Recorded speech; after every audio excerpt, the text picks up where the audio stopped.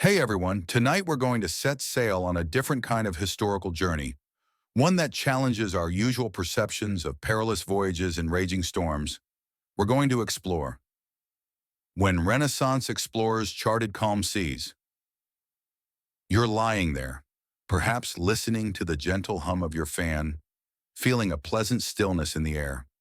Now imagine that stillness stretching for days, weeks, even months, as you drift across an endless, glassy ocean, your sails limp, your destination unknown. You can almost feel the sun beating down on a motionless deck, the only sound the creak of the timbers and the distant cries of gulls. Let's be honest, you probably wouldn't survive the boredom, let alone the dwindling supplies. That's a reality check for your cozy evening.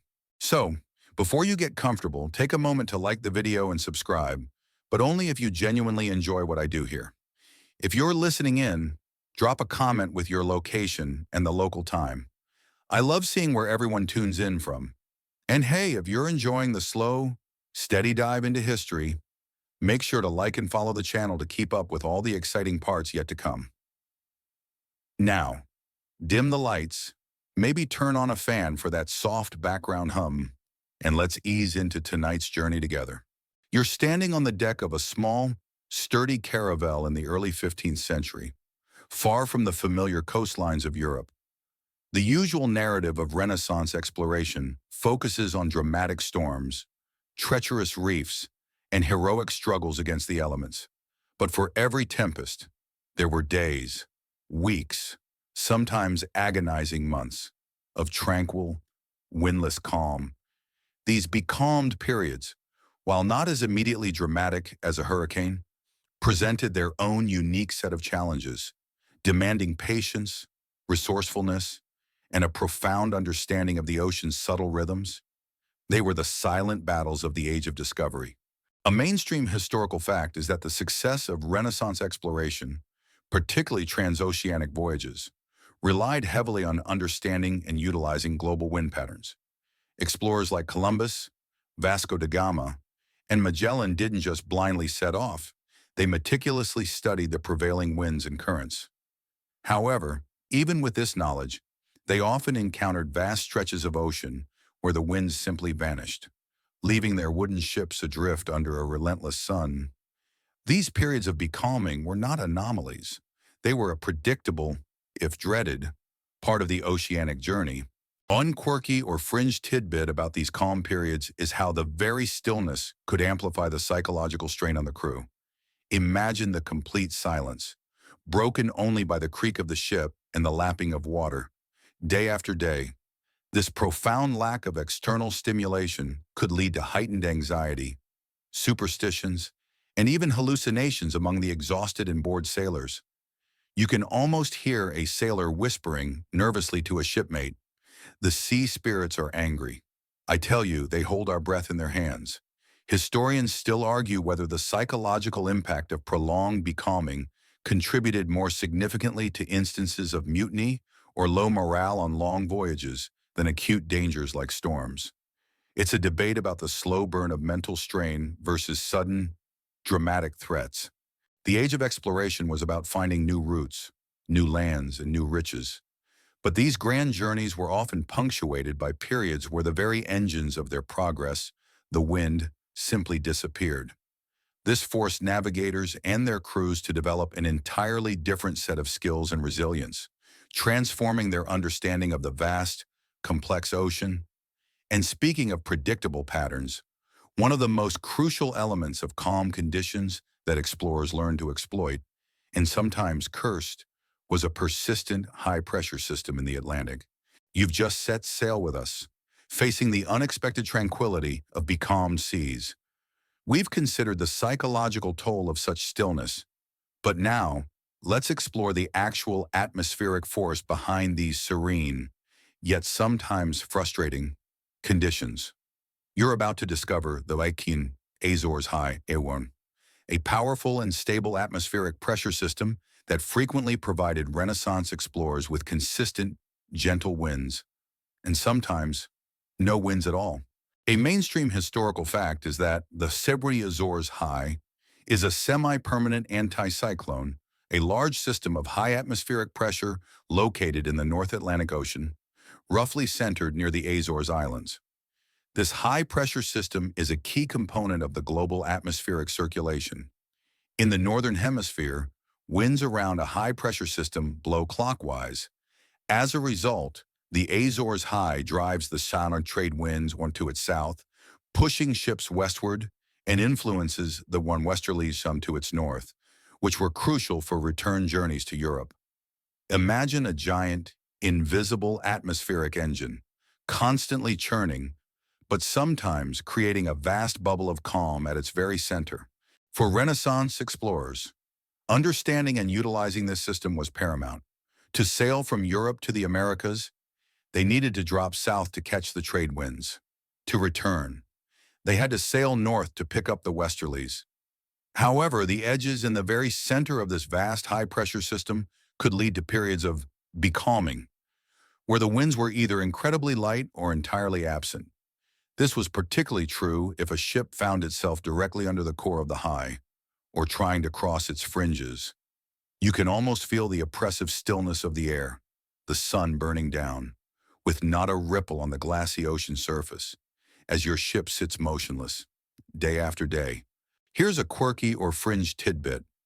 The very predictability of the Azores High meant that navigators, while often frustrated by the calms, also saw them as an expected, if unwelcome, part of the journey. Sailors might even have developed specific superstitions or small rituals to try and coax a breeze when becalmed in the high's grip. Imagine a grizzled sailor, spitting into the water or whistling softly, believing these small acts might appease the wind spirits. Just a little whistle. Lads, can't hurt, can it? Unless it brings a hurricane. Then all bets are off. Historians still argue whether the detailed knowledge of systems like the Azores High was primarily gained through the scientific accumulation of navigational data over many voyages, or if older, informal maritime traditions and local knowledge played a more significant, unrecorded role in guiding early explorers.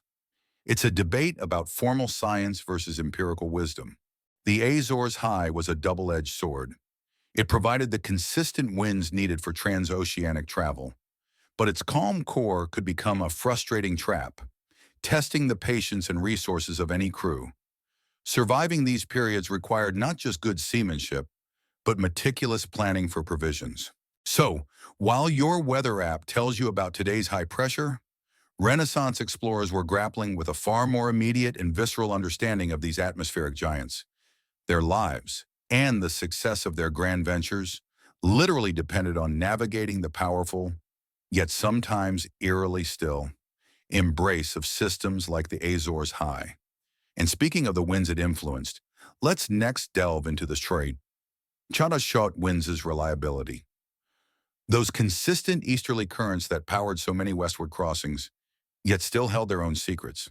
You've just gained a new appreciation for the Azores High, that immense atmospheric engine that both powered and, at times, paralyzed Renaissance voyages. Now let's focus on its most consistent offspring, the trade wind's reliability. Those steadfast easterly currents that powered so many westward Atlantic crossings, yet still held their own secrets, even in their calmest moments. A mainstream historical fact is that the more trade winds, also known as the easterlies, are prevailing winds that blow from the east in the tropics, from about 30 degrees latitude towards the equator.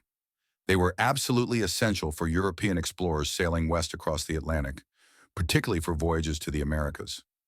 Imagine the relief of a captain, after weeks of uncertainty, finding his sails consistently filled by a gentle, steady breeze, pushing his ship reliably toward the unknown western horizon. These winds were nature's highway to the New World. The consistency of the trade winds meant that once a ship entered their embrace, progress was often remarkably smooth and predictable, especially compared to the turbulent waters and fickle winds of higher latitudes. This allowed for more efficient use of supplies and better planning for the long journey.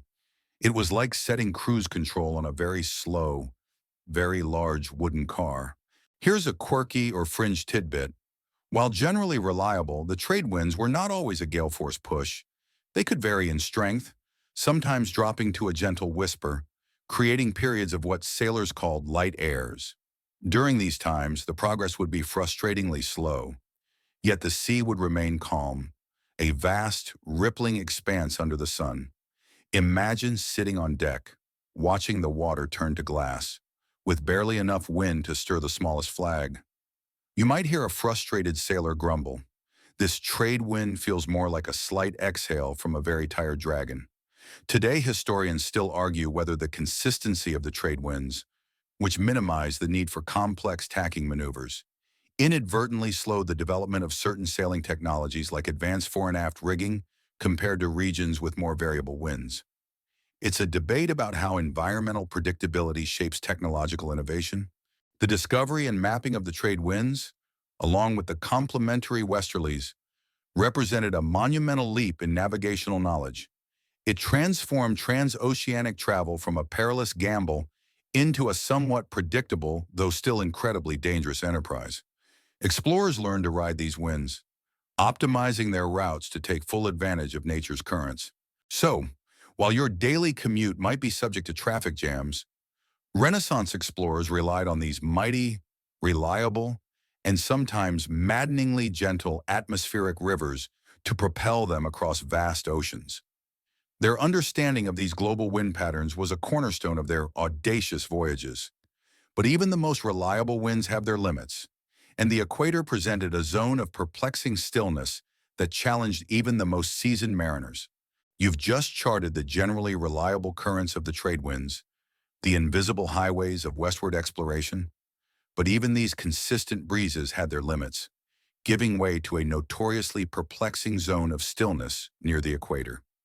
You're about to confront the unique challenges of the navigating the doldrums, that infamous calm belt where winds simply vanished, leaving ships and crews in agonizing limbo. A mainstream historical fact is that the doldrums, scientifically known as the Intertropical Convergence Zone (ITCZ), are a belt of low atmospheric pressure that circles the Earth near the equator.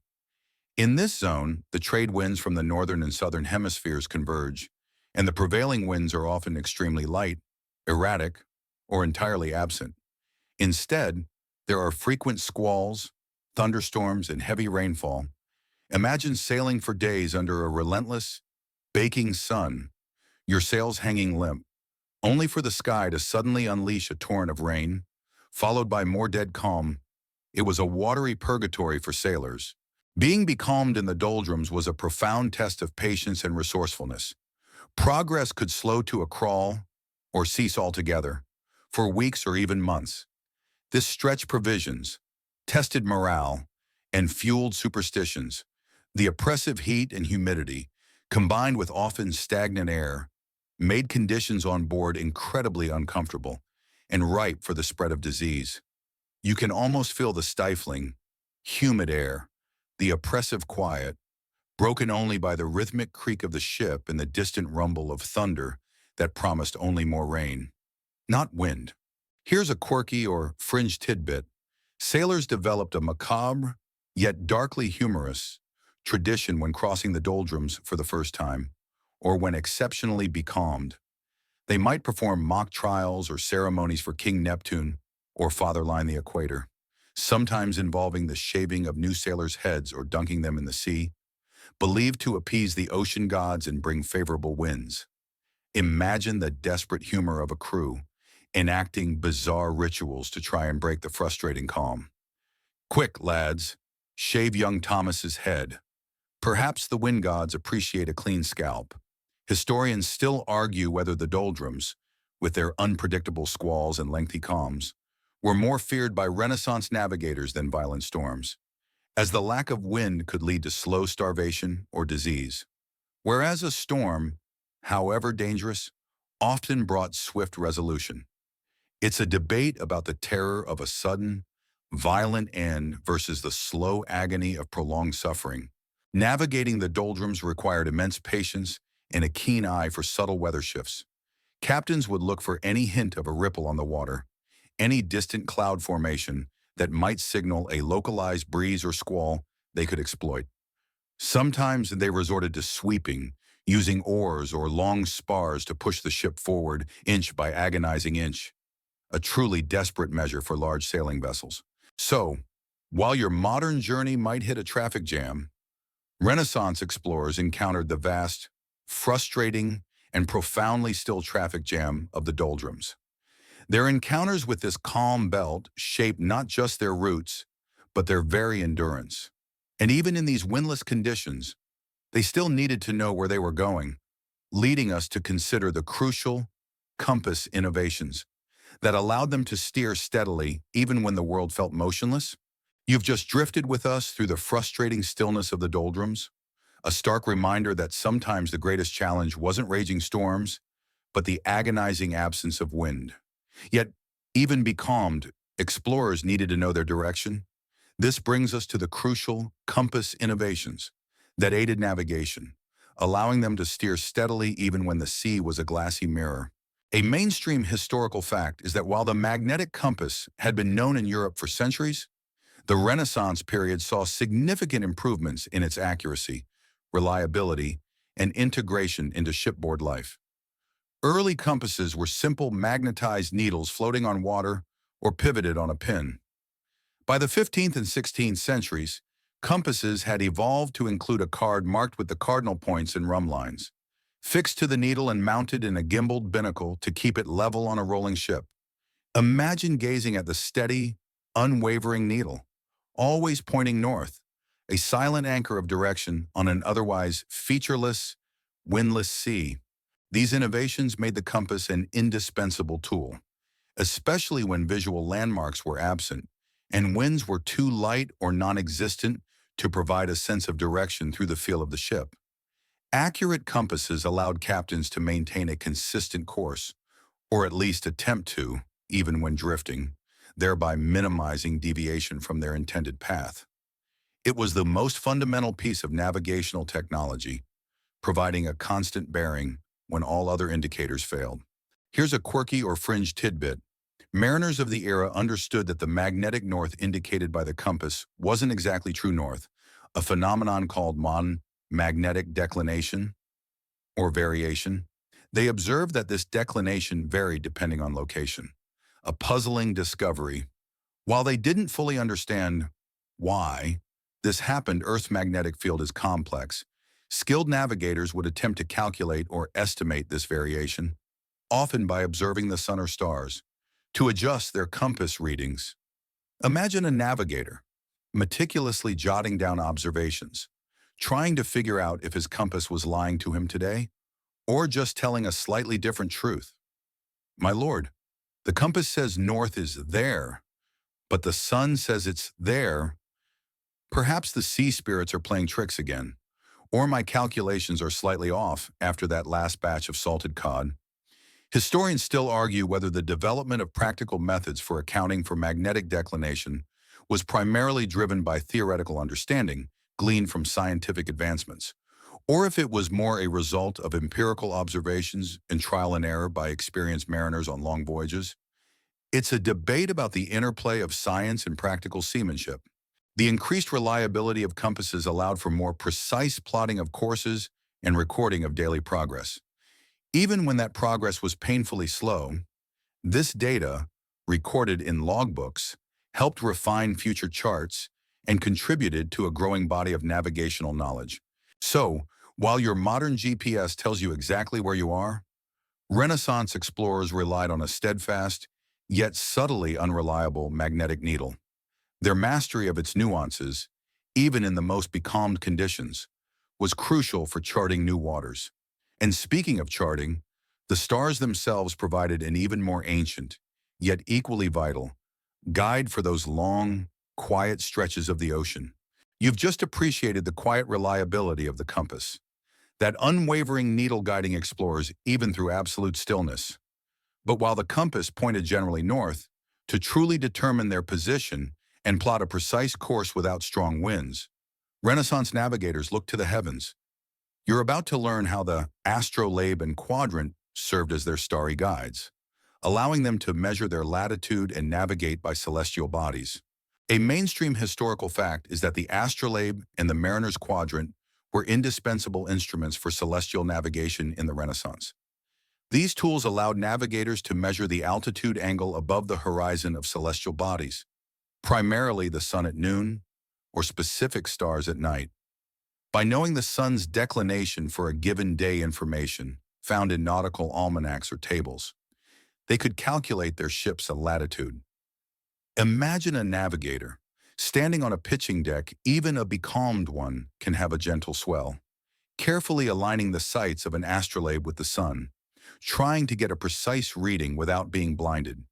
It was a painstaking and often challenging task. The astrolabe, a circular instrument with a rotating arm, was used by holding it by a ring and sighting the sun or a star. The quadrant, a simpler, quarter-circle instrument, used a plumb line to find the angle. While the principle was straightforward, achieving accuracy on a moving ship, especially without a stable horizon, required considerable skill and practice. In calm conditions, however, the glassy surface of the sea offered a clearer horizon, making these observations more precise. Here's a quirky or fringe tidbit.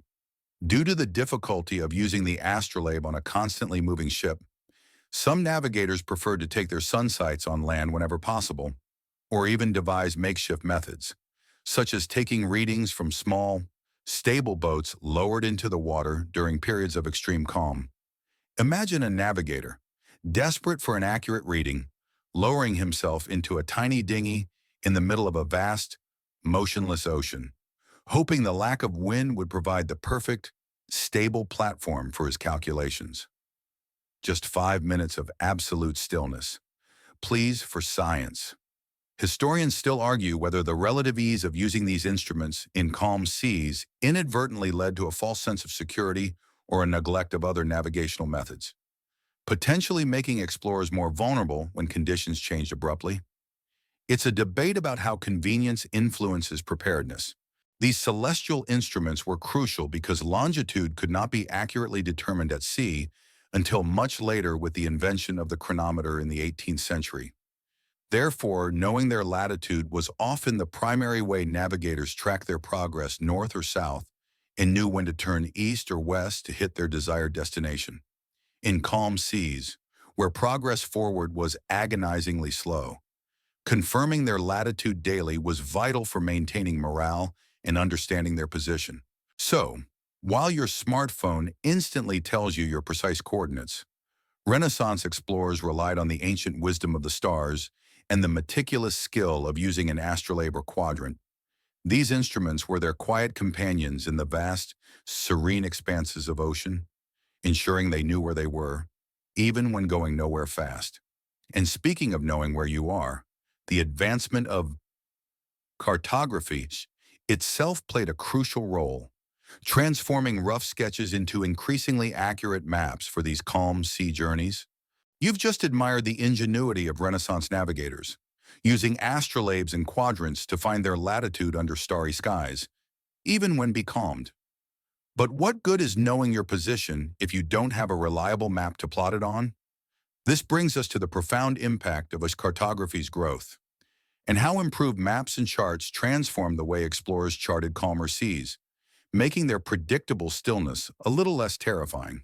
A mainstream historical fact is that the Renaissance saw a dramatic revolution in cartography, moving from medieval TO maps, symbolic rather than accurate, to more precise, empirically based charts, influenced by classical Greek geography rediscovered during the Renaissance. Combined with the practical demands of overseas exploration, cartographers began to create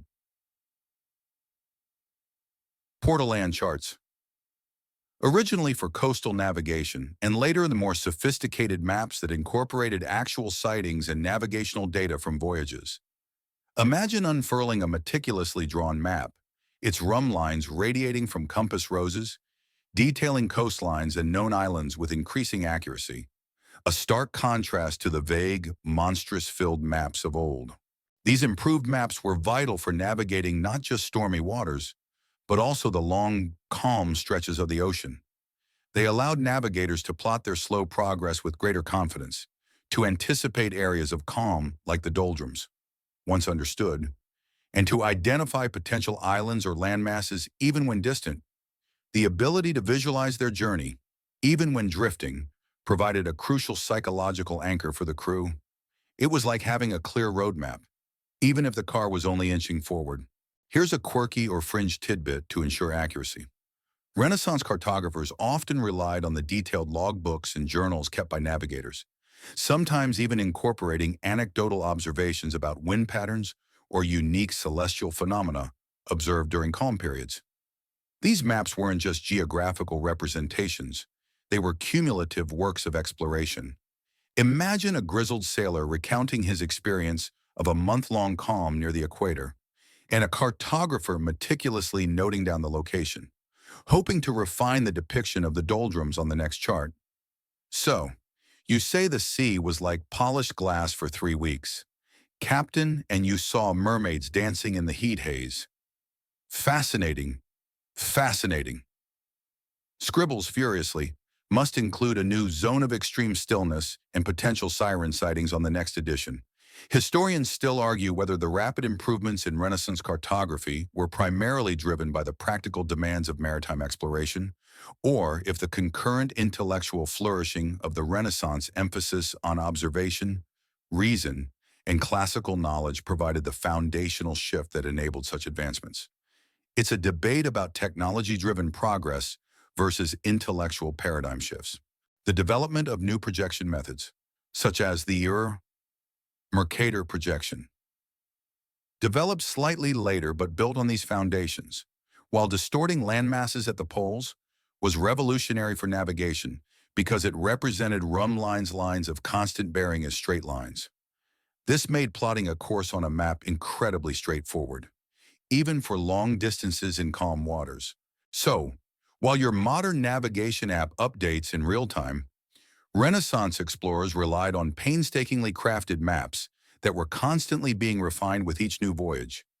These cartographical advancements transformed the vast, calm ocean from an unfathomable void into a space that, while still daunting, could be increasingly understood and charted. And speaking of charting, the very design of their ships played a crucial role in how well they handled these periods of tranquil, yet testing, calm. You've just seen how improved maps guided Renaissance explorers through the vast, calm oceans, but a map is only as good as the vessel that sails it.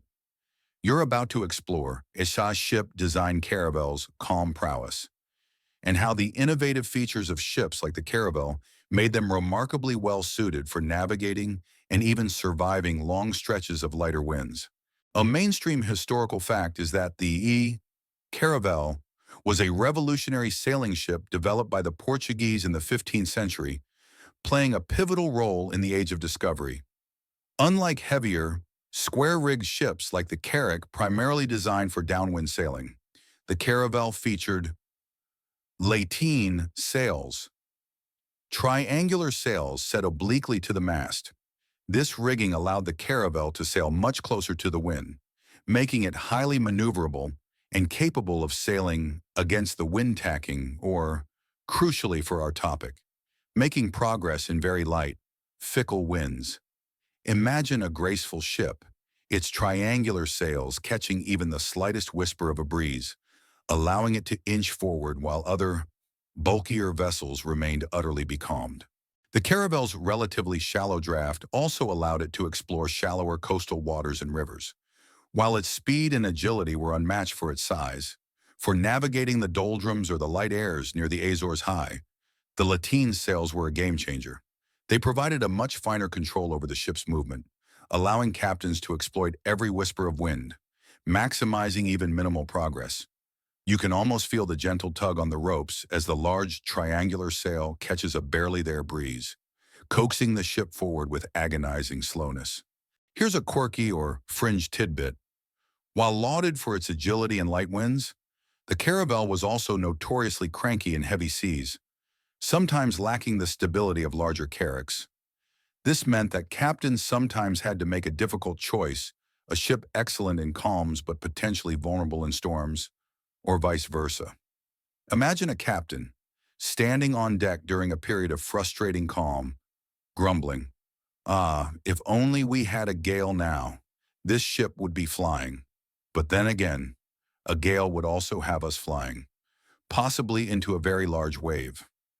Historians still argue whether the widespread adoption of the caravel was primarily driven by its superior ability to sail upwind and in light airs essential for exploration of unknown coasts, or if its relative speed and smaller crew requirements, making it more economical, were equally significant factors in its success. It's a debate about navigational performance versus economic efficiency. The caravel's design was a direct response to the challenges of oceanic exploration, recognizing that not all voyages would be blessed with strong, consistent winds. Its ability to move almost imperceptibly in light airs, or to tack effectively out of a calm, gave explorers a crucial advantage in the vast, often windless, stretches of the open ocean. So, while modern ships rely on powerful engines, Renaissance explorers placed their faith in elegant ship designs like the caravel, whose unique sails allowed them to exploit even the merest breath of wind. Their mastery of this ship's capabilities was vital for navigating the serene, yet challenging, conditions of calm seas. And speaking of challenges, long periods of calm often brought a different kind of test, a psychological one, deeply impacting the crew morale and leading to unusually leisurely or agonizingly bored days at sea. You've just seen how the elegant caravel, with its lateen sails, was built for the subtleties of light winds. But even the most perfectly designed ship couldn't entirely alleviate the profound psychological impact of long stretches of calm. You're about to delve into crew morale, leisurely days at sea, and how prolonged stillness could transform a ship from a vessel of adventure into a floating prison of boredom and anxiety. A mainstream historical fact is that extended periods of becalming were a significant psychological challenge for Renaissance crews. Unlike the active, demanding work of sailing in strong winds, calm seas meant sails hung limp, the ship barely moved, and there was little to do beyond routine maintenance. This idleness, combined with the vast, unchanging expanse of the ocean, could lead to extreme boredom, restlessness, and a heightened sense of isolation. Imagine sitting on deck for days on end, staring at the same glassy horizon, listening to the monotonous creak of the timbers, with no immediate task to occupy your mind. It was a mental marathon. The routine would become agonizingly repetitive. Food, likely hardtack and salted meat, would taste even blander without the distraction of movement. Water supplies, though carefully rationed, would be a constant source of anxiety.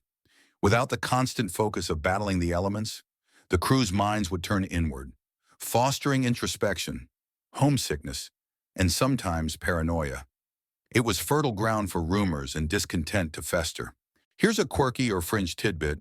Sailors sometimes resorted to elaborate games, storytelling sessions, or even improvised theatrical performances to combat the crushing boredom of becalming. Imagine a group of grizzled sailors putting on a clumsy play about a sea monster, or telling exaggerated tales of past adventures, desperately trying to keep their minds engaged. You might hear a weary captain sigh, "If I hear one more tale of a mermaid's song, I swear I'll throw myself overboard, unless, of course, she sings us a wind. Then perhaps I'll join the chorus." Historians still argue whether the psychological toll of becalming was more detrimental to the long-term success of a voyage than the immediate dangers of storms, as widespread low morale and mutiny could effectively end an expedition without ever encountering a physical disaster. It's a debate about the subtle erosion of will versus sudden, overt destruction. Superstitions also ran rampant during calms. Sailors might believe they had offended the sea gods, or that a witch was holding the winds captive. These beliefs, while seemingly irrational, offered a framework for understanding and attempting to control an uncontrollable situation. However futile, the profound stillness, so unnatural to a sailing vessel, amplified every subtle creak and groan of the ship, making it feel like a living, groaning entity slowly dying. So, While your modern leisure might involve binge-watching a show, Renaissance sailors faced a profound, inescapable boredom in the endless calm. Their resilience in the face of this mental challenge was as crucial as their physical endurance. And speaking of challenges, long periods of calm also brought a very real and pressing logistical problem: the critical need for more rationing in calm to sustain dwindling supplies. You've just felt the psychological strain of becalmed days, where boredom could become a corrosive force. But beyond the mental anguish, prolonged stillness brought a very real existential threat: the slow, inexorable dwindling of food and water. You're about to understand the critical importance of the rationing in calm, and how meticulously sustaining supplies became the paramount concern when progress was slow or non-existent. A mainstream historical fact is that on long Renaissance voyages, fresh food was a rarity. Crews subsisted primarily on hardtack, a hard, dry biscuit, salted meat or fish, and dried legumes. These provisions were carefully calculated for the expected duration of the journey. However, periods of becalming drastically extended travel times, throwing all calculations into disarray. Imagine watching your meager rations disappear, knowing that every day the ship remained motionless meant less food and water for the unknown days ahead. It was a constant, gnawing anxiety. When becalmed, captains would immediately order stricter rationing. This meant reducing daily allowances of hardtack, cutting back on water consumption, and perhaps foregoing any small luxuries like wine or beer. The goal was to stretch supplies as long as humanly possible, hoping for a breeze to appear before the barrels ran empty. This decision was a heavy burden on a captain, balancing the immediate needs of his crew with the long-term survival of the voyage. You can almost feel the hunger pangs, the parched throat, as you chew on a single tasteless biscuit, knowing it might be all you get for the day. Here's a quirky or fringe tidbit. To further conserve fresh water, some accounts suggest sailors would try to collect rainwater during the frequent squalls in the doldrums, using sails or tarpaulins stretched out to funnel the precious liquid into barrels. While often contaminated and not ideal, this desperate measure could mean the difference between life and death. Imagine the chaotic scramble as a sudden downpour hits, crew members frantically trying to capture every drop, ignoring the discomfort of the deluge. To the rainwater, lads, even if it tastes of sailcloth and desperation, it's better than dying of thirst. Historians still argue whether the threat of starvation and thirst during calms was a greater factor in the failure of early exploratory voyages than the direct loss of ships in storms, as inadequate provisioning and prolonged becalming could lead to the demise of an entire crew without the ship ever being wrecked. It's a debate about the slow, silent killer versus the dramatic, sudden catastrophe. The psychological impact of rationing was immense. Seeing supplies visibly dwindle, day after day of no progress, fostered despair and could lead to tensions among the crew. Mutiny, as we've hinted at, was a very real possibility when hunger and thirst became unbearable. The captain's careful management of resources was as crucial as his navigational skill. So, while your kitchen might be stocked with abundance, Renaissance explorers faced the stark reality of carefully measured survival. Their meticulous freshwater management, in particular, was an agonizing daily ritual, emphasizing every drop as precious liquid gold in the endless, windless expanse. You've just felt the gnawing anxiety of rationing food during becalmed seas, a grim testament to the importance of sustaining supplies. But if food was a constant worry, freshwater management was an even more agonizing daily ritual, emphasizing every drop as precious liquid gold in the endless, windless expanse. You're about to explore the desperate challenges of managing this most vital resource during extended periods of calm. A mainstream historical fact is that freshwater was by far the most critical and difficult resource to manage on long Renaissance voyages. It was stored in large wooden casks, which were prone to leaking, contamination, and spoilage, turning stagnant and foul. The quantity was always finite, and without a reliable means of desalinization, which didn't exist then, Replenishment relied entirely on rainfall or finding land. Imagine the desperate thirst, the cracked lips, as you ration a tiny cup of stale, possibly slimy, water, knowing it might be all you get until an uncertain future. It was a constant, visceral struggle for survival. During periods of becalming, when the expected journey duration stretched indefinitely, water rationing became draconian. Daily allowances would be cut to the bare minimum, sometimes less than a pint per man. This led to severe dehydration, weakness, and greatly increased the risk of disease. The crew's health, and indeed their very lives, hinged on the captain's ability to stretch these precious drops. You can almost feel the burning in your throat, the dryness of your mouth, as you try to make a few sips last an entire day under the relentless sun. Here's a quirky or fringe tidbit beyond direct drinking. Fresh water was also crucial for basic hygiene. When supplies became critical during calms, even basic washing would cease, exacerbating already poor sanitary conditions and leading to discomfort and skin ailments. Sailors might even resort to using seawater for washing clothes, knowing it would leave them stiff with salt. Imagine the collective body odor intensifying, the clothes growing stiff and itchy with salt, all because every drop of fresh water was reserved for drinking. Just one more day without a wash. Lads think of it as building character and an impressive aura. Historians still argue whether the challenges of freshwater management on long voyages, particularly during extended calms, were a greater limiting factor for exploratory range and crew survival than the dangers of navigation or hostile encounters. It's a debate about the fundamental constraints on early global travel.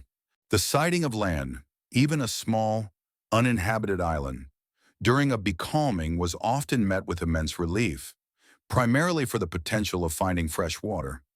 Crews would scramble ashore, desperately searching for springs or collecting rainwater, knowing their very lives depended on it. Sometimes these desperate searches led to conflict with indigenous populations or revealed no water at all, turning hope into despair. So, while your tap provides an endless supply, Renaissance explorers faced a daily, life-or-death struggle for every drop of fresh water, especially when becalmed on a vast, motionless ocean. Their rigorous, daily routines during these calms were shaped by this overarching need, mixing desperate resource management with attempts to alleviate leisure and boredom. You've just shared the agony of freshwater rationing, where every drop counted. With such existential anxieties bubbling beneath the surface, how did Renaissance crews fill their endless, windless days? You're about to delve into the surprising daily routines that emerge during extended periods of calm, a strange blend of meticulous chores, desperate diversions, and profound boredom. A mainstream historical fact is that while the ship might be motionless, the crew was rarely completely idle during a becalming, routine maintenance, essential for the ship's long-term survival, could be performed with greater ease in calm waters. This included inspecting rigging for wear, patching sails, caulking seams to seal leaks, and cleaning the deck.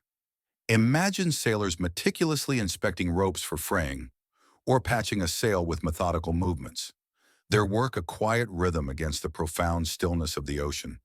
These tasks, though often tedious, provided a semblance of purpose. Beyond maintenance, daily life still revolved around basic necessities, preparing meager meals, fetching rationed water, and keeping watch. But the lack of wind meant no complex sail adjustments, no frantic maneuvers, leaving vast stretches of time to fill. This idleness often led to restlessness and boredom, but also offered unique opportunities for activities usually impossible in rough seas. Here's a quirky or fringe tidbit.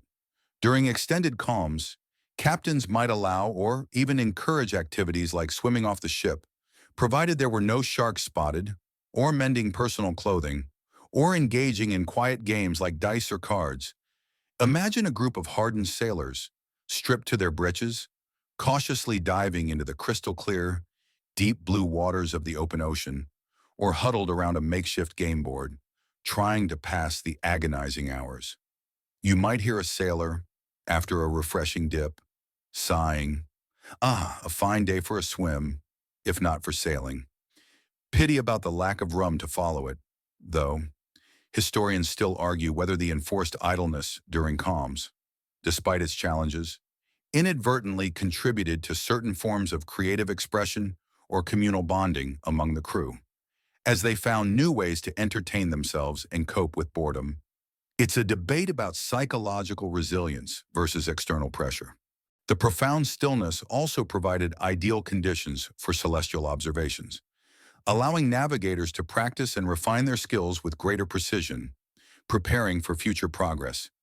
This quiet, repetitive work provided a structured purpose to some members of the crew, contrasting with the often unstructured boredom of others.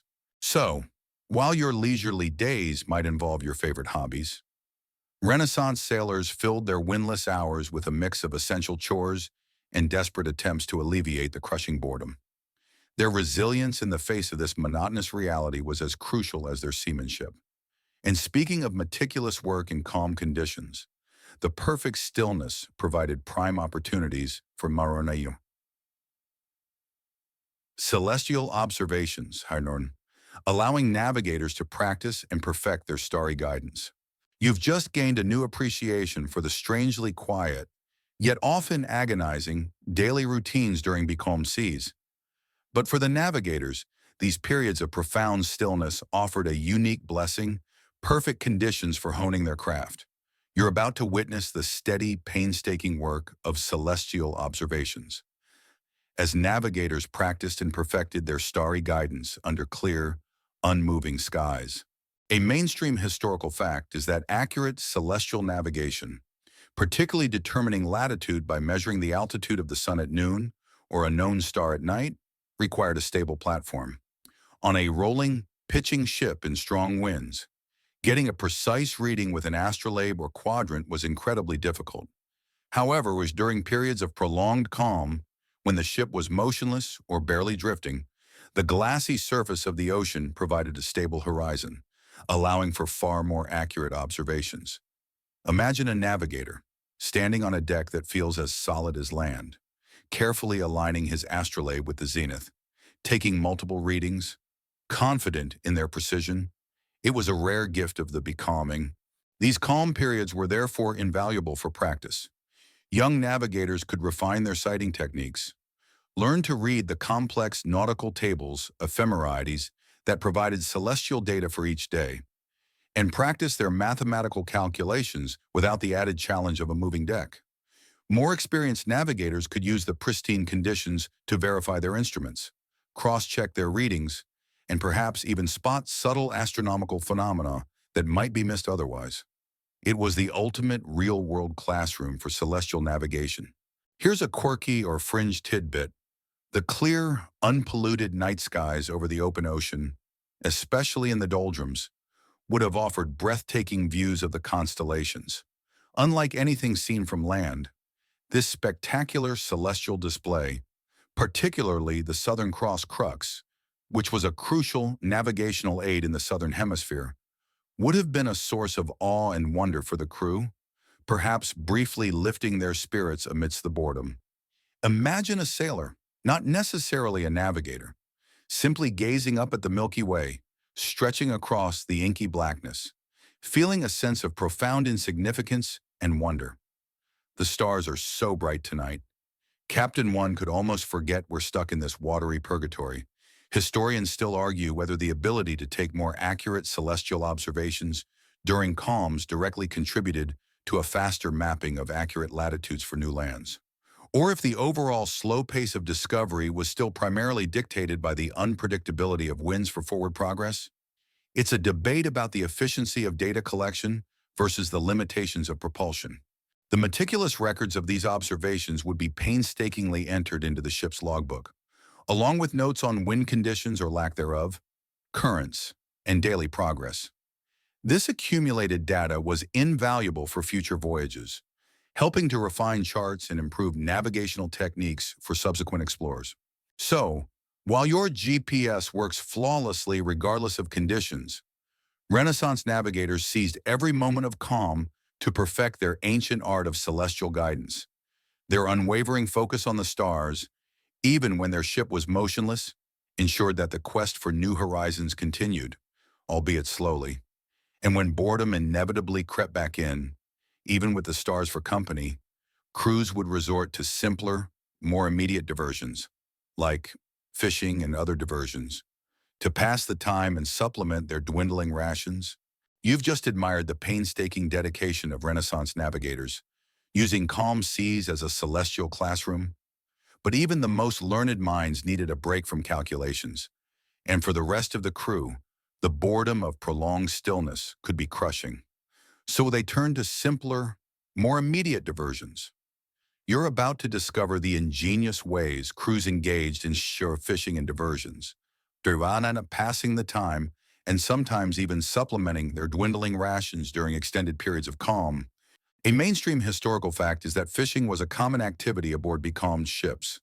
With the ship motionless and the water often clear, marine life, including schools of fish, turtles, and even sharks, would sometimes gather around the vessel.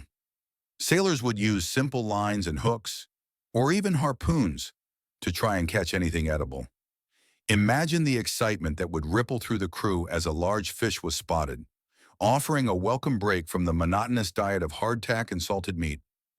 A successful catch could provide a much-needed source of fresh protein, boosting morale and offering a brief respite from rationing. Beyond fishing, various other diversions helped pass the agonizing hours. As we hinted at earlier, storytelling, singing, playing dice or card games if they had them, and mending clothes were common. Sailors might also carve intricate scrimshaw from whalebone if they were in whaling areas or fashion, small trinkets from available materials. Physical exercise, if space allowed, might also be encouraged to combat stagnation and muscle atrophy. You can almost feel the gentle bobbing of the ship, the rhythmic splash of a fishing line, the low murmur of voices, as the crew found small ways to occupy themselves in the vast stillness. Here's a quirky or fringe tidbit encounters with large marine life, especially sharks. During swimming or fishing sessions could be both a source of entertainment and a terrifying reminder of the ocean's dangers. Stories of sailors being pulled under by sharks or battling giant fish would become legendary tales, further fueled by the boredom and heightened senses of becalmed days. Imagine the thrill of a capture, immediately followed by a chilling reminder of the predator's power. A fine tuna. Lads. But remember young Bartholomew, who thought he could outswim that great beast of a shark. Let's keep our limbs on board for now. Historians still argue whether the psychological benefits of these diversions, particularly the boost to morale from fresh food, outweighed the risks of injury or disease from consuming unfamiliar marine life that might accompany such activities during calms. It's a debate about the balance between mental well-being and practical caution. The ingenuity of the crew in finding ways to occupy themselves, often with very limited resources, highlights their resilience and adaptability. These small diversions, while not solving the fundamental problem of becalming, were crucial for maintaining sanity and preventing despair. So, while your modern diversions might involve streaming services, Renaissance sailors found their entertainment and sustenance in the direct embrace of the ocean itself, a testament to their resourcefulness. And speaking of resourcefulness, these long periods of calm also offered a rare and invaluable opportunity to perform crucial ship maintenance and repairs that would be impossible in rougher seas. You've just witnessed the inventive ways Renaissance crews combated boredom and hunger through fishing and other diversions during periods of calm. But these tranquil stretches also offered a crucial practical advantage, the rare opportunity for essential 80 ship maintenance and repairs that would be impossible in rougher seas. You're about to explore how calm waters became a floating dry dock, ensuring the ship's survival on its long, arduous journey. A mainstream historical fact is that wooden sailing ships, constantly exposed to the elements, required ongoing maintenance to remain seaworthy. In rough seas, many repairs were simply too dangerous or impossible to undertake. However, during periods of becalming, when the ship was stable and the waves were minimal, crews could perform vital repairs. This included things like eerie, caulking seams, stuffing fibrous material, often oakum, into the gaps between planks and sealing with tar or pitch to prevent leaks, patching worn sails, inspecting and mending rigging, and repairing damaged deck fittings. Imagine a sailor, suspended precariously over the side of the ship in a bosun's chair, meticulously hammering oakum into a seam, confident the still water won't pitch him into the deep. These maintenance tasks were crucial for preventing leaks, ensuring the integrity of the sails and rigging, which were vital for catching any future wind, and generally extending the lifespan of the vessel on long, arduous voyages. A leak that might be manageable in calm could quickly become catastrophic in a storm. The calm provided a window of opportunity to address these issues proactively. You can almost hear the rhythmic tap, tap, tap of a hammer on a caulking iron, a comforting sound of diligent work against the vast silence of the ocean. Here's a quirky or fringe tidbit. In extreme cases of becalming, if the calm was particularly long and the water exceptionally clear, adventurous and perhaps desperate captains might order divers, often just sailors holding their breath, to inspect the hull below the waterline for damage, marine growth, or even to attempt rudimentary repairs, such as scraping barnacles. Imagine a sailor bravely diving into the open ocean, peering at the underside of the ship, a truly terrifying prospect in an age without proper diving equipment. Just check for any particularly tenacious barnacles, young Bartholomew, and try not to become dinner for anything with too many teeth. Historians still argue whether the ability to perform crucial maintenance during calms was as significant a factor in the overall success and longevity of Renaissance voyages as the skill of navigation or the quality of initial ship construction. It's a debate about the importance of ongoing upkeep versus foundational design. The diligence of the crew in performing these maintenance tasks, even when progress was agonizingly slow, highlights their understanding that the ship was their lifeline. Every repaired seam, every mended sail, contributed directly to their chances of survival. These periods of calm, therefore, were not just about idleness. They were vital opportunities for ensuring the ship was ready for whatever trials the ocean might eventually throw at it. So, while your car might get its regular oil change in a garage, Renaissance ships received their vital overhauls in the middle of a becalmed ocean, a testament to the crew's resourcefulness and dedication. And speaking of the ocean, these calm, clear waters also brought with them the opportunity for extraordinary, sometimes unnerving, wildlife encounters with the ocean's giants. You've just witnessed the meticulous ship maintenance performed during periods of calm, turning a static vessel into a floating repair shop. Now, as the ship sits motionless on a glassy sea, its inhabitants become keenly aware of the world beneath and around them. You're about to imagine the awe-inspiring and sometimes unnerving wildlife encounters with the ocean's giants, a unique aspect of being becalmed in the vastness of the Renaissance seas. A mainstream historical fact is that the open ocean, particularly in tropical and subtropical regions where calms were common, teemed with marine life. When a ship was becalmed, it effectively became a stationary island, attracting various creatures. Crews would often report sightings of large schools of fish, migrating whales, pods of dolphins, and numerous sharks circling the ship. Imagine looking over the railing into the incredibly clear, deep blue water and seeing massive shapes gliding beneath the surface, a silent world teeming with life directly under your feet. It was a profound reminder of the ocean's scale and its hidden inhabitants. These encounters could be a source of wonder and fascination, breaking the monotony of the calm, dolphins playing in the bow wave if there was any movement at all, or when a slight breeze finally picked up, or whales breaching in the distance would be captivating spectacles, offering a rare glimpse into the untouched wild. For sailors who might not have ventured far from coastal waters before, these experiences would have been truly extraordinary. You can almost feel the spray from a whale's blowhole carried on a phantom breeze as you watch these majestic creatures in their natural habitat. Here's a quirky or fringe tidbit. While many encounters were awe-inspiring, others could be unsettling, particularly with large sharks. Some accounts describe sharks following becalmed ships for days, an ominous presence that would make swimming or any work below the waterline terrifying. Sailors developed various superstitions about these sharks, seeing them as omens of misfortune or even as manifestations of sea demons. Imagine trying to sleep at night, knowing a dozen hungry sharks were silently circling your motionless vessel, their fins occasionally breaking the phosphorescent water. They're waiting, Captain, I tell you.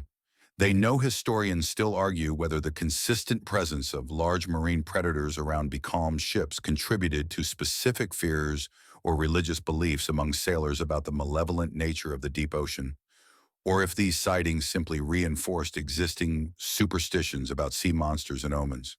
It's a debate about the influence of direct experience on cultural folklore. The profound stillness of the water also allowed for clearer visibility, making these encounters even more vivid and memorable. Sailors would note these sightings in their logbooks, sometimes with crude sketches, further enriching the growing body of knowledge about the vast and mysterious ocean. So, while your modern cruises might offer planned wildlife tours, Renaissance explorers encountered the raw, unscripted drama of the open ocean's inhabitants, often in the unnerving tranquility of becalmed seas. Their close proximity to these creatures offered both wonder and a chilling reminder of their vulnerability. And speaking of vulnerability, calm, hot conditions brought another insidious threat, the increased risk of disease spreading through stagnant shipboard environments. You've just been captivated by the awe-inspiring and sometimes terrifying wildlife encounters during periods of becalming, but the stillness of the air and the heat of the sun brought another, far more insidious threat, the increased risk of disease spreading through the stagnant, crowded conditions of the ship. You're about to understand how disease in calm, stagnant conditions could quickly turn a period of peaceful drift into a floating nightmare. A mainstream historical fact is that disease was a far greater killer of Renaissance sailors than shipwrecks or battles. Scurvy, dysentery, typhus, and various fevers were rampant on long voyages. During periods of becalming, these threats intensified dramatically. Imagine hundreds of men confined to a wooden vessel, often in tropical heat, with limited fresh water for hygiene, poor sanitation, and a monotonous diet lacking essential nutrients. The stagnant air and lack of movement created ideal conditions for bacteria and parasites to thrive. It was a perfect storm of microbes. Without fresh winds to ventilate the ship's hold and living quarters, the air would become foul and heavy with the smells of unwashed bodies, human waste, and decaying provisions. Diseases spread rapidly through contaminated water, close contact, and insect vectors like lice for typhus. Scurvy, caused by a lack of vitamin C, would manifest as swollen gums, tooth loss, and internal bleeding, slowly debilitating the crew. Dysentery would sweep through the ship, weakening men with constant dehydration. You can almost feel the oppressive heat, the stifling air, the desperate thirst, as sickness spreads silently through the cramped quarters. Here's a quirky or fringe tidbit. To combat the foul air and perceived miasmas believed to cause disease, sailors might try to burn aromatic woods or strong-smelling resins in braziers below deck, hoping to purify the air. While this offered little actual protection against pathogens, it provided a psychological sense of action against an invisible enemy. Imagine a sailor nervously waving a censer of smoking herbs through the ship's hold, trying to banish the invisible demons of disease. More frankincense. Lads, the very air smells of humors amiss. Historians still argue whether the high mortality rates from disease on Renaissance voyages were primarily due to a complete lack of understanding of germ theory, or if the extreme logistical challenges of long-distance travel, lack of fresh food, water, sanitation made widespread illness virtually unavoidable, regardless of theoretical knowledge. It's a debate about scientific ignorance versus practical constraints. The impact of widespread disease during becalming was devastating. A significant portion of the crew could be incapacitated or die, leaving fewer hands to manage the ship when the winds finally returned. This severely hampered the voyage's ability to continue, and many expeditions were ultimately forced to turn back or were abandoned due to a lack of healthy sailors. So, while your modern travel involves sanitized cabins and readily available fresh food, Renaissance explorers faced a silent, deadly enemy that thrived in the calm. Their struggle against disease was as profound as their battle against the elements. And speaking of the psychological toll, the profound isolation and lack of progress during these becalmed periods often led to a different kind of illness: psychological strain and intense cabin fever. One are you. You've just navigated the grim reality of disease thriving in the stagnant conditions of becalmed ships, a silent killer far more deadly than any storm. But beyond the physical ailments, the profound isolation, endless monotony, and lack of progress during these windless periods brought a different, insidious illness: psychological strain and intense cabin fever. You're about to examine the mental toll of being becalmed for extended periods. A mainstream historical fact is that extended isolation and confinement in a small, unchanging environment can severely impact mental well-being. For Renaissance sailors, being becalmed meant weeks or even months adrift on an endless ocean, with no land in sight, no fresh news, and very little to do. This profound sensory deprivation, combined with the constant anxiety over dwindling supplies and the uncertainty of ever reaching their destination, could lead to severe psychological distress. Imagine the mind turning inward, thoughts spiraling as the days bleed into weeks, marked only by the shifting position of the sun and the monotonous creak of the ship. It was a mental crucible. Symptoms of cabin fever included irritability, restlessness, apathy, depression, anxiety, and even paranoia or delusions. Small grievances could fester into major disputes, and superstitions could take on an almost feverish intensity. The very quietness of the becalming, once a relief from storms, became oppressive, amplifying every internal fear and doubt. You can almost feel the walls of the ship closing in, the vast ocean outside transforming from an open expanse into a limitless prison. Here's a quirky or fringe tidbit. To combat the boredom and psychological strain, some captains would try to maintain strict routines and discipline, believing that keeping the crew occupied, even with seemingly pointless tasks, was crucial for mental health. Others might encourage storytelling competitions, sing-alongs, or even mock trials for minor infractions, deliberately creating diversions to break the monotony.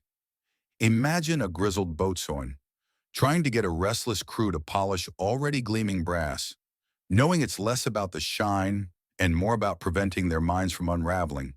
An idle mind is the devil's playground. Lads, and the devil certainly loves a becalmed ship. Historians still argue whether the psychological impact of prolonged becalming, leading to widespread demoralization or even madness, was as significant a factor in the abandonment or failure of exploratory voyages as more tangible threats like starvation or disease. It's a debate about the invisible battles of exploration versus the visible ones. The captain's leadership was paramount during these periods. A good captain understood the subtle signs of flagging morale and would employ various strategies, from stern discipline to communal activities, to keep his crew's spirits from breaking. The ability to manage the psychological landscape of his ship was as crucial as his ability to navigate the physical one. So, while your modern cabin fever might involve being stuck at home on a rainy day, Renaissance sailors faced a far more profound and dangerous form, where the very stillness of the ocean became a relentless psychological tormentor. Their resilience in the face of this mental battle was truly remarkable. And speaking of mental battles, these unnerving conditions often brought with them a surge in ancient beliefs, superstitions, and omens that gripped sailors in the eerie quiet. You've just felt the suffocating grip of psychological strain and cabin fever that tormented Renaissance sailors during becalming. In such unnerving, uncertain conditions, the human mind often seeks explanations and solace in the unseen. This brings us to a fascinating aspect of their seafaring life: the surge in more superstitions and omens that gripped sailors in the eerie quiet of a becalmed ocean. A mainstream historical fact is that, throughout maritime history, Sailors were notoriously superstitious, and the Renaissance era was no exception. The vast, unpredictable ocean, combined with the extreme dangers of seafaring, naturally fostered a belief in omens, mythical creatures, and the power of divine favor or wrath. During becalming, when the natural order of wind and waves seemed to abandon them, these superstitions would intensify dramatically. Imagine a group of weary sailors, pointing at a strange cloud formation or an unusual bird, murmuring about signs from the heavens or curses from the deep. Every unusual event, no matter how small, could be interpreted as a harbinger of doom or a sign of hope.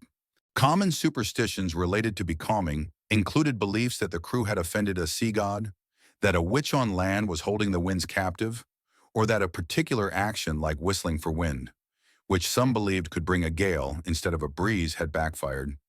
Some believed that the dead calm was a sign that the ship was being watched by malevolent spirits, or that it was the prelude to a terrible storm or a monstrous encounter. You can almost feel the chill of unease spreading through the crew, as the profound stillness of the water creates an unsettling mirror of the sky, making every shadow seem to writhe. Here's a quirky or fringe tidbit. Some desperate sailors, convinced that the calm was caused by an unburied corpse on board, might secretly check the ship's cargo or even the personal belongings of recently deceased crew members for any hidden, unblessed items. Imagine the nervous glances and hushed whispers as sailors surreptitiously search for the source of their bad luck, convinced that a forgotten sin was holding them captive. I tell you, Captain, that new barrel of salted pork has an unlucky aura about it. Historians still argue whether the prevalence of superstitions during becalming was primarily a psychological coping mechanism for uncontrollable environmental factors, or if these beliefs sometimes led to irrational decisions or internal conflicts among the crew. It's a debate about the practical impact of deeply held, yet unscientific convictions. To appease these unseen forces or to try and break the calm, sailors might resort to various rituals, sacrificing small items to the sea, offering prayers to saints, or performing the aforementioned mock ceremonies like crossing the line. These acts, while not scientifically effective, provided a sense of agency and hope in a situation where they were otherwise powerless. So, while your anxieties might lead you to check your phone for a weather update, Renaissance sailors turned to ancient beliefs and desperate rituals, their minds wrestling with the terrifying stillness of the ocean. Their deep immersion in why superstitions and omens reveals a fascinating insight into their worldview and the profound psychological pressures of their voyages. And speaking of helplessness, these long periods of calm also brought a crushing sense of isolation due to the complete lack of external communication challenges for their remote crews. You've just navigated the murky waters of Renaissance superstitions, where becalmed seas fueled fears of omens and angry spirits. But beyond the internal anxieties and eerie beliefs, these long periods of windless drift brought a crushing, tangible reality: the complete lack of external communication challenges for their isolated crews. You're about to consider the profound silence that enveloped these ships, severing them from the rest of the world for weeks or months on end. A mainstream historical fact is that in the Renaissance era, once a ship left sight of land, it entered a realm of complete communication blackout. There was no radio, no telegraph, no satellite phone. The only way to send or receive messages was via another ship, which was an exceedingly rare occurrence in the vastness of the open ocean, especially during becalming when movement was minimal.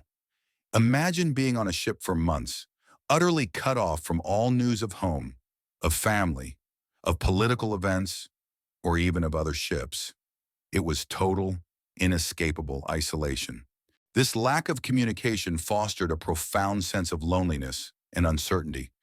Crews had no way of knowing if they were still on course, if their patrons back home had given up on them, or if war had broken out. Every creak of the timber, every change in the weather, was interpreted without external context, relying solely on their own observations and internal discussions. You can almost feel the heavy silence, the aching absence of news, as the endless horizon stretches out before you, unbroken by another sail. Here's a quirky or fringe tidbit. When two ships did encounter each other in the vastness of the ocean, especially after a long period of becalming, it was an event of immense excitement and relief. Captains would often spend hours exchanging information, news, and even small gifts or provisions, seizing the rare opportunity to break the isolation. Imagine the frantic signaling, the shouts across the water, as two becalmed vessels slowly drift into range, a brief moment of connection in an otherwise empty world. Ahoy, there! Any news from Portugal? And do you, perchance, have any fresh limes? Historians still argue whether the extreme communication isolation of long Renaissance voyages was a more significant psychological burden than physical deprivations like hunger or disease, as the uncertainty and complete lack of external validation could profoundly impact sanity and morale. It's a debate about the invisible chains of isolation versus the visible constraints of the body. The logbooks, meticulously kept by the navigators, became the only record of their existence during these periods of silence. They documented the daily observations, the dwindling supplies, the health of the crew, and the endless days of calm, a stark narrative of isolation. These records were the only way their story would ever reach the outside world, if they survived. So, while your modern life is constantly connected by instant messages, Renaissance explorers faced a profound, almost unimaginable communication void. Their resilience in the face of this absolute isolation, enduring weeks and months without a single word from shore, speaks volumes about their courage and determination. And speaking of understanding the world around them, their practical experiences with these calms slowly began to contribute to the very beginnings of early meteorology. As they started to recognize and even predict global wind patterns, you've just felt the crushing weight of communication silence, that profound isolation experienced by Renaissance crews adrift on becalmed seas, yet within that very stillness, they were unknowingly contributing to a new frontier of scientific understanding. You're about to discover how their relentless observation of wind patterns, even the lack thereof, laid the groundwork for early meteorology as they slowly began to recognize global atmospheric systems. A mainstream historical fact is that, while a formal science of meteorology wouldn't emerge for centuries, Renaissance explorers, through countless voyages and meticulous logbook entries, began to accumulate empirical data on prevailing winds, calms, and storms. They observed the consistent nature of the trade winds, the doldrums, and the westerlies, even if they didn't fully understand the underlying atmospheric physics. Imagine a navigator, day after day, noting the wind's direction or its absence, its strength, and any changes in the sky, building a mental map of global air currents, one observation at a time. This patient, repeated data collection was the genesis of our understanding of global weather.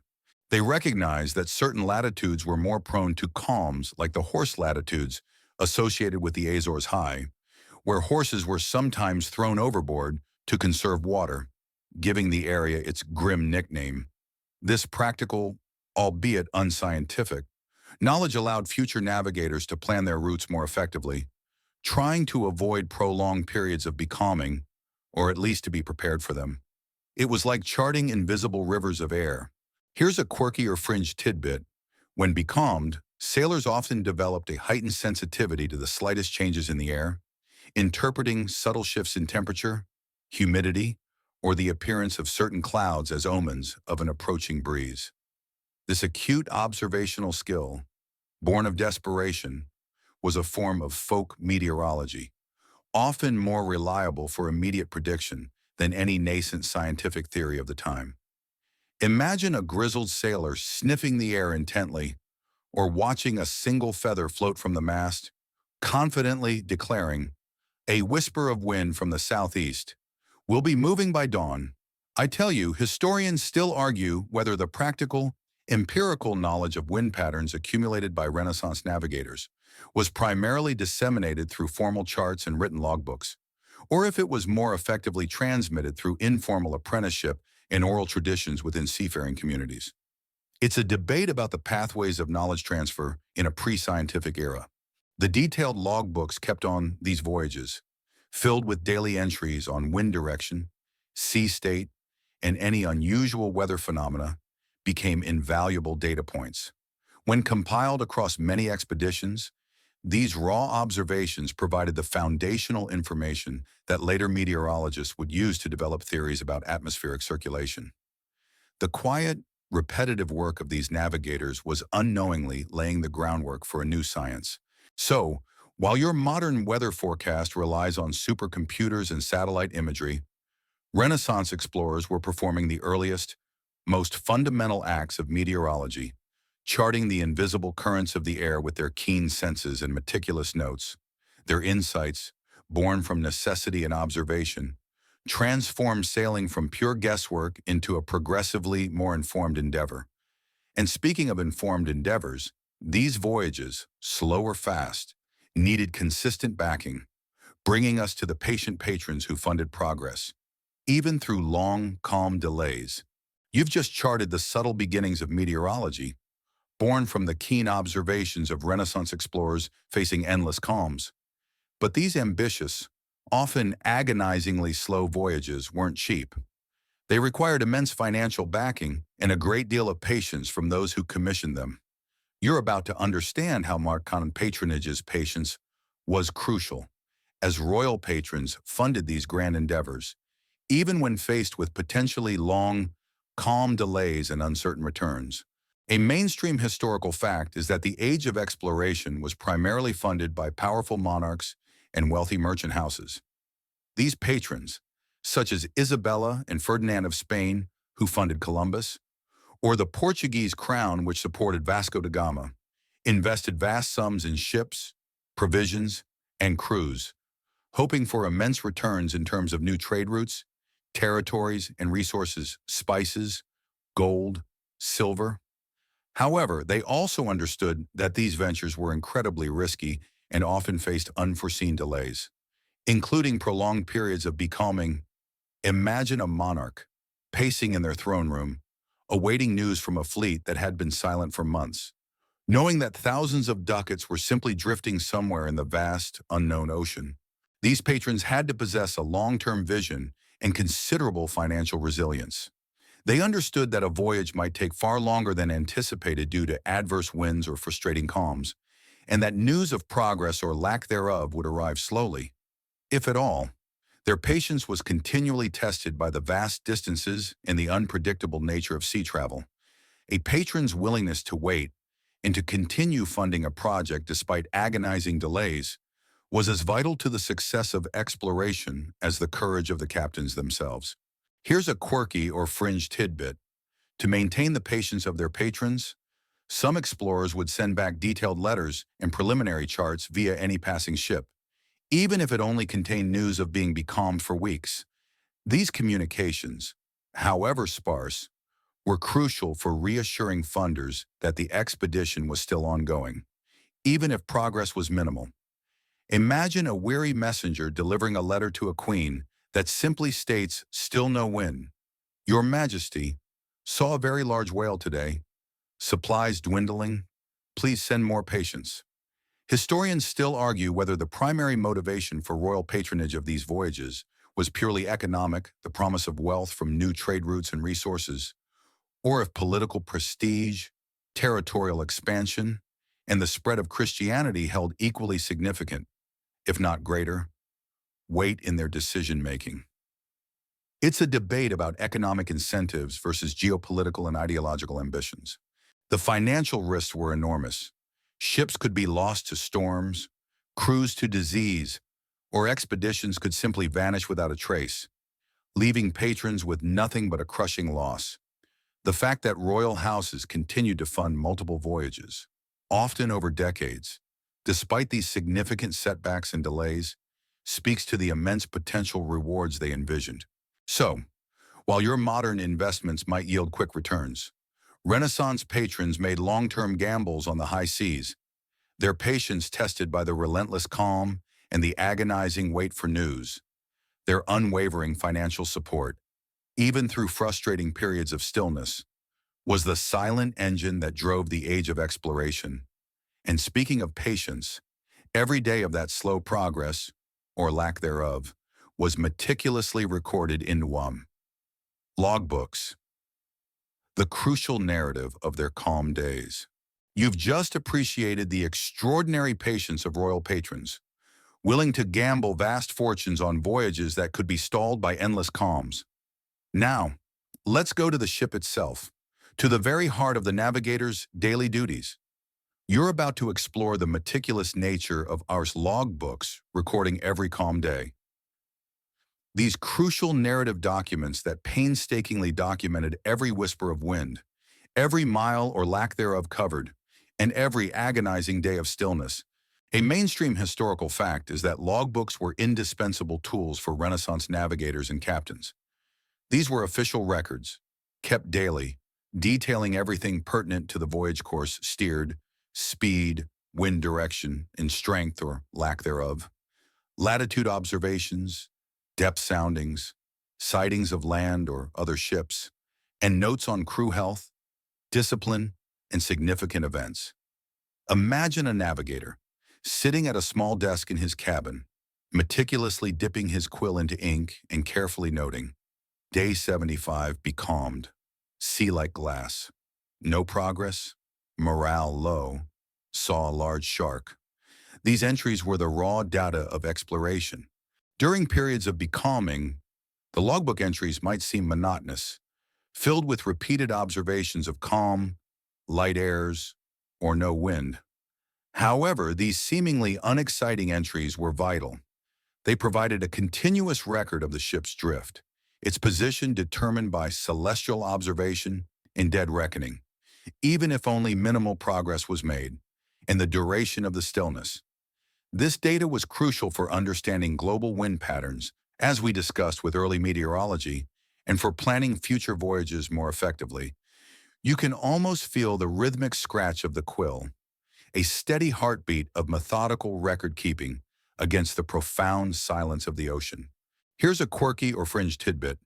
Sometimes in moments of extreme boredom or frustration during becalming, navigators might include personal reflections, observations about strange marine life, or even small doodles in the margins of their logbooks, offering a rare glimpse into the human experience beyond the official data. Imagine a usually stoic captain, after weeks of no wind, sketching a whimsical mermaid, playing with a becalmed ship, or writing a short, resigned poem about the stillness of the sea. Another day of nothing but sky and water. My quill is less active than my ship. Historians still argue whether the detailed nature of Renaissance logbooks primarily served practical navigational and administrative purposes, or if they also functioned as personal journals, allowing captains and navigators to process the immense psychological strain and isolation of long voyages. It's a debate about functional record-keeping versus unacknowledged emotional release. The meticulousness of these logbooks was a testament to the discipline of Renaissance navigators. These weren't just personal diaries. They were official documents that would be presented to their patrons upon return, providing accountability and contributing to the collective knowledge of the world's oceans. So, while your daily calendar might mark appointments, Renaissance logbooks chronicled the very pulse of an expedition, meticulously recording every detail, even the agonizing slowness of becalmed days. These written narratives were vital for understanding the silent battles of the ocean. And speaking of narratives, the beauty of these calm seas, despite their dangers, sometimes found its way into artistic depictions, transforming serenity into stunning seascapes.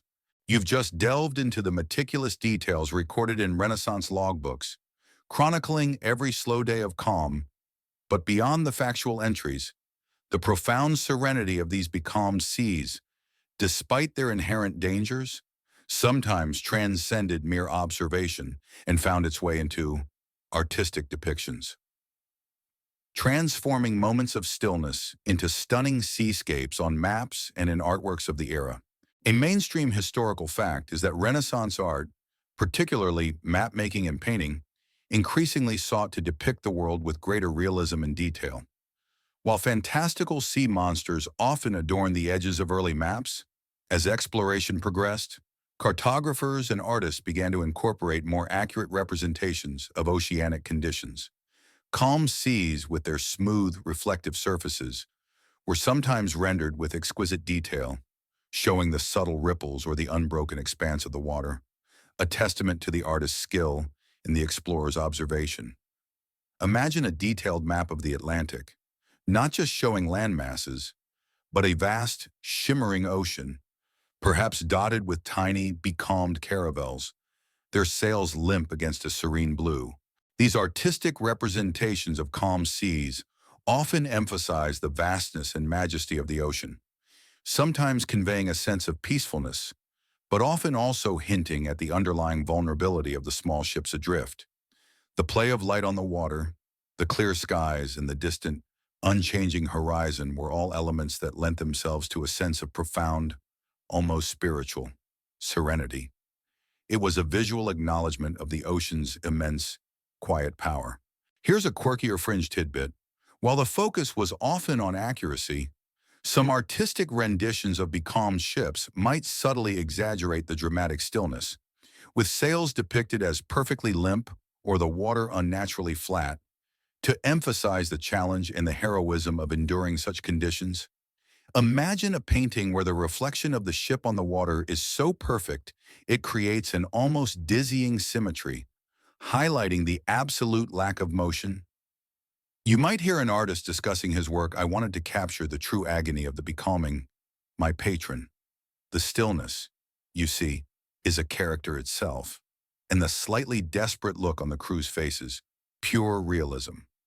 Historians still argue whether the artistic depictions of calm seas in the Renaissance were primarily aimed at providing accurate visual information for navigation and geography, or if they also served a symbolic purpose, representing the unknown, the passage of time, or even a divine test of human endurance. It's a debate about scientific illustration versus artistic interpretation. These artistic endeavors, like whether on maps or in standalone paintings, played a crucial role in shaping public perception of the unexplored world. They transformed abstract concepts of ocean into tangible, visual experiences, inviting awe and wonder, even when depicting periods of agonizing slowness.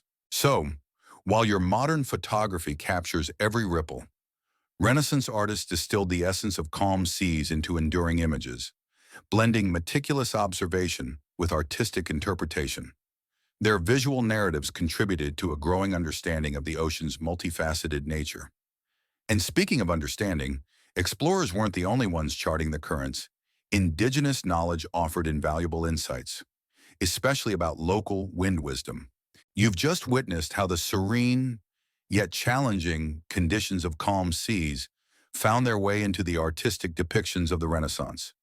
But as European explorers ventured into new waters, they weren't always starting from scratch. Often, the most crucial insights into local wind patterns and currents came from an unexpected, yet invaluable source. Indigenous knowledge. And you're about to consider how explorers might have learned from local peoples about regional wind wisdom.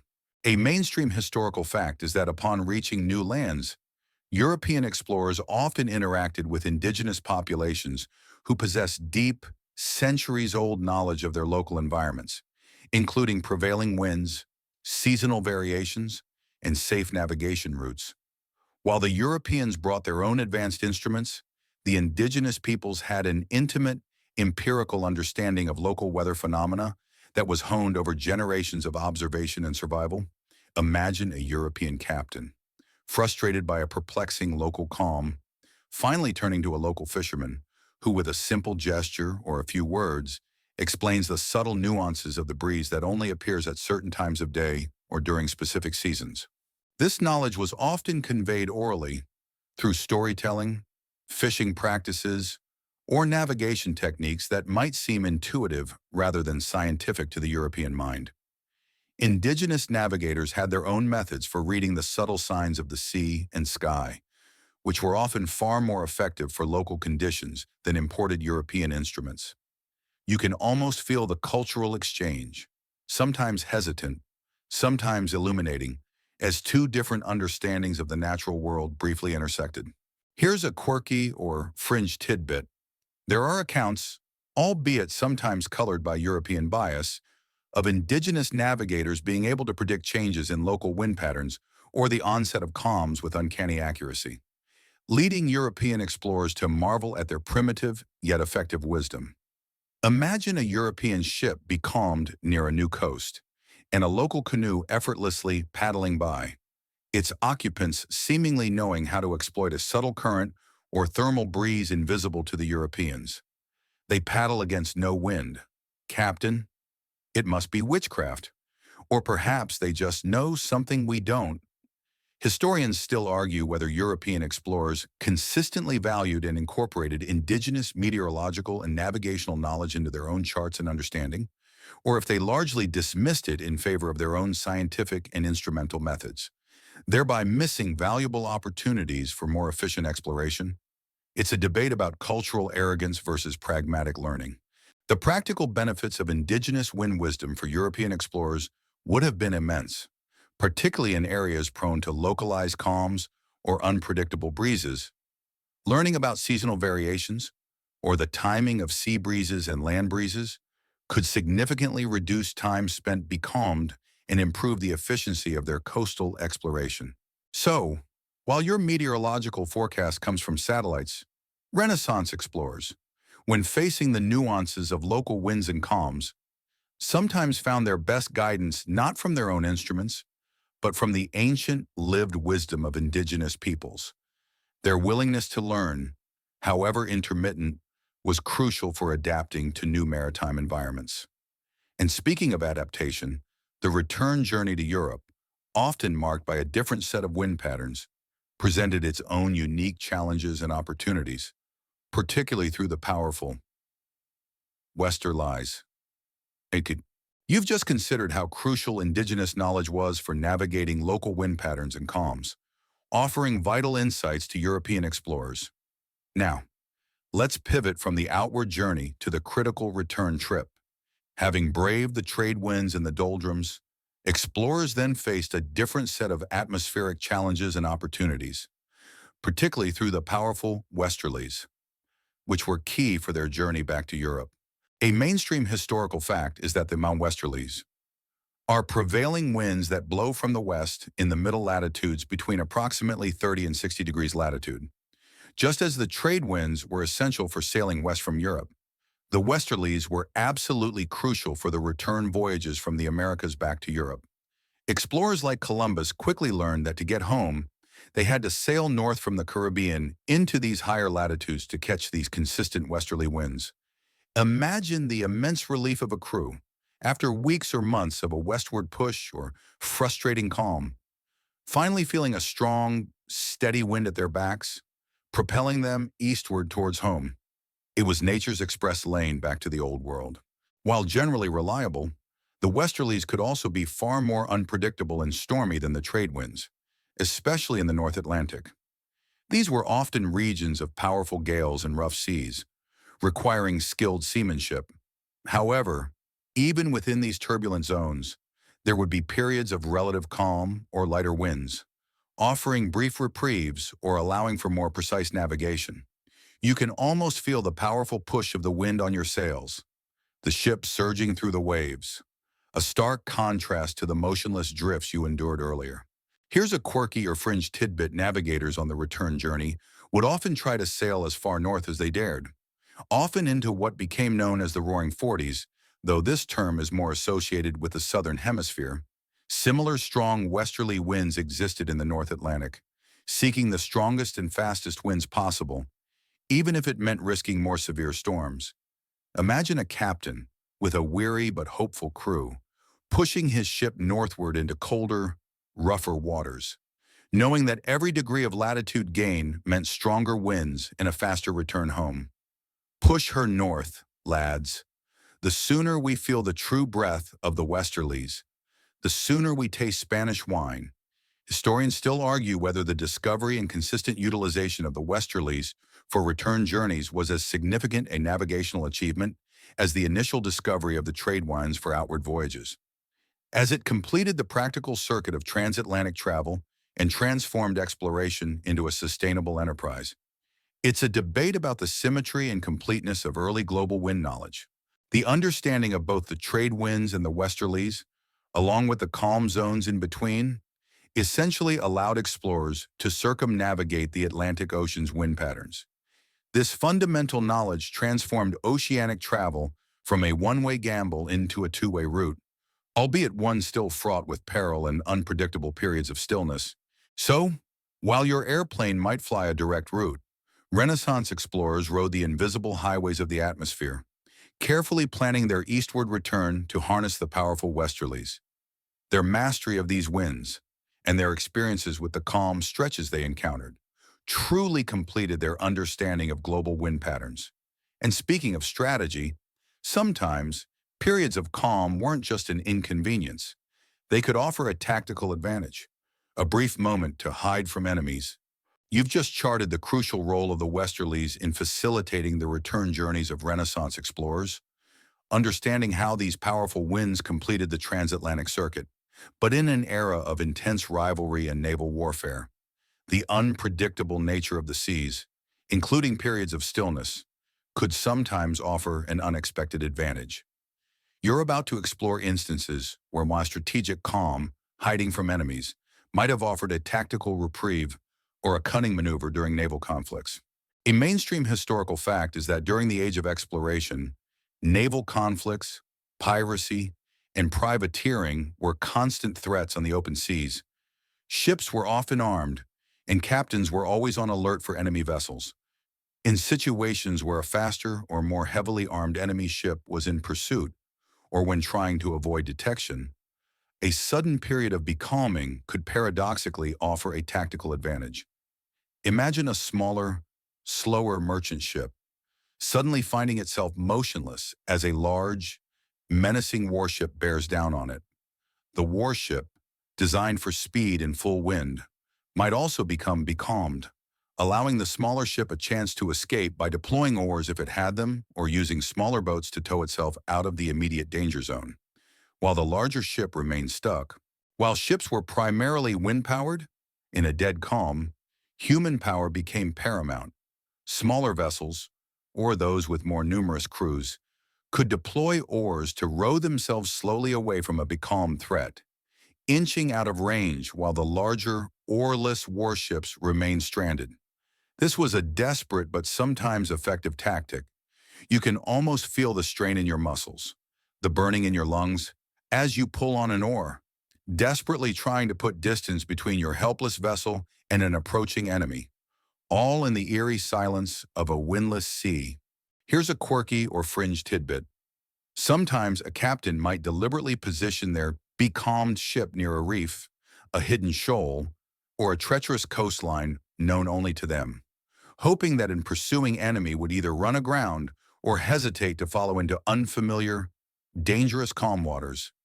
Imagine a cunning captain seeing the sails of an enemy ship suddenly go limp in the distance, quickly ordering his crew to take to the oars and pull towards a barely submerged rock, hoping the enemy would either not see it or not dare to follow. To the reefs. Lads, let's see how well they sail without wind on those jagged teeth. Historians still argue whether these instances of strategic advantage during calms were truly planned tactical maneuvers by captains, or if they were more often fortuitous accidents that became legendary tales of cunning and survival in maritime folklore. It's a debate about deliberate strategy versus lucky happenstance. The profound stillness of the water also made it difficult for enemy ships to conceal their movements, as any attempt at rowing or towing would create telltale ripples.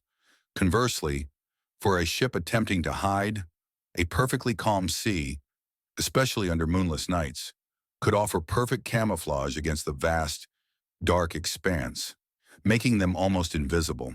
So, while the absence of wind was generally a bane, in the complex dance of naval warfare, it could sometimes be a surprising boon, offering a fleeting window for evasion or concealment. These strategic moments underscore the multifaceted nature of calm seas in the Renaissance. And speaking of multifaceted, the periods of calm fit into the grand design of global circulation. revealing a larger, invisible tapestry of winds and stillness that shape the world. You've just seen how moments of calm, usually a bane, could become a tactical boon in naval skirmishes, offering a fleeting chance for evasion. Now, let's pull back and view these specific calm zones, like the doldrums or the horse latitudes, not as isolated phenomena, but as integral parts of a much larger, invisible system.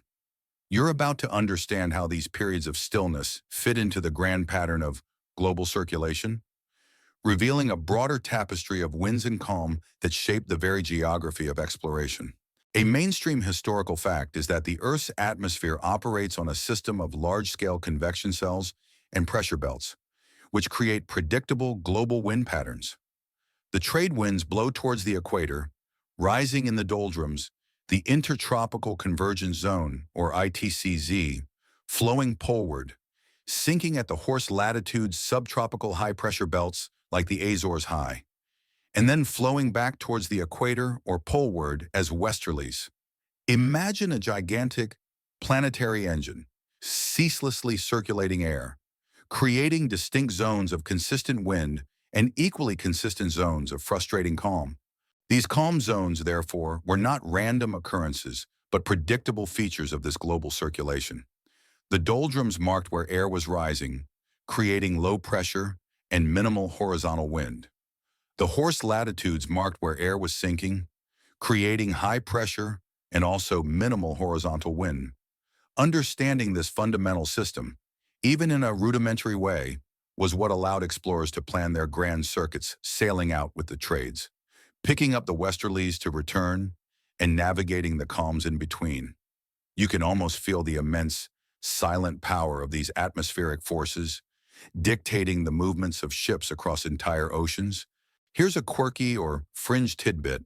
The exact position and intensity of these global calm zones could shift seasonally or even year to year, influenced by larger climatic phenomena.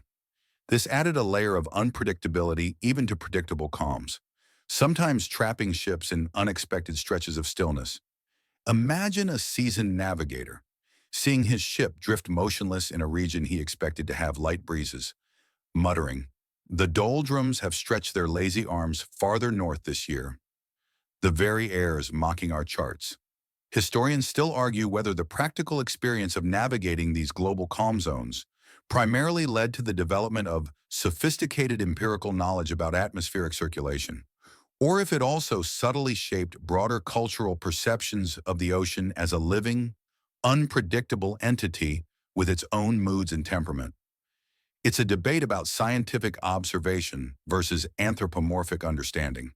The realization that winds and calms were part of an interconnected global system transformed exploration. It allowed for the establishment of more reliable and efficient sailing routes, reducing voyage times and risks. Despite the lingering dangers of sudden storms or unforeseen extended periods of stillness, these were the invisible currents that defined the highways and the bottlenecks of global travel. So, while your understanding of weather might come from a detailed map of pressure systems, Renaissance explorers pieced together this complex puzzle through direct, often arduous, experience on the vast, calm, and sometimes utterly motionless ocean. Their encounters with both wind and stillness fundamentally shaped their understanding of the planet, and this growing comprehension of global patterns left an enduring legacy, forever impacting how humanity views and navigates its world. You've just grasped how Renaissance explorers, through arduous experience, began to understand the grand tapestry of global atmospheric circulation, recognizing calm zones as integral parts of that system.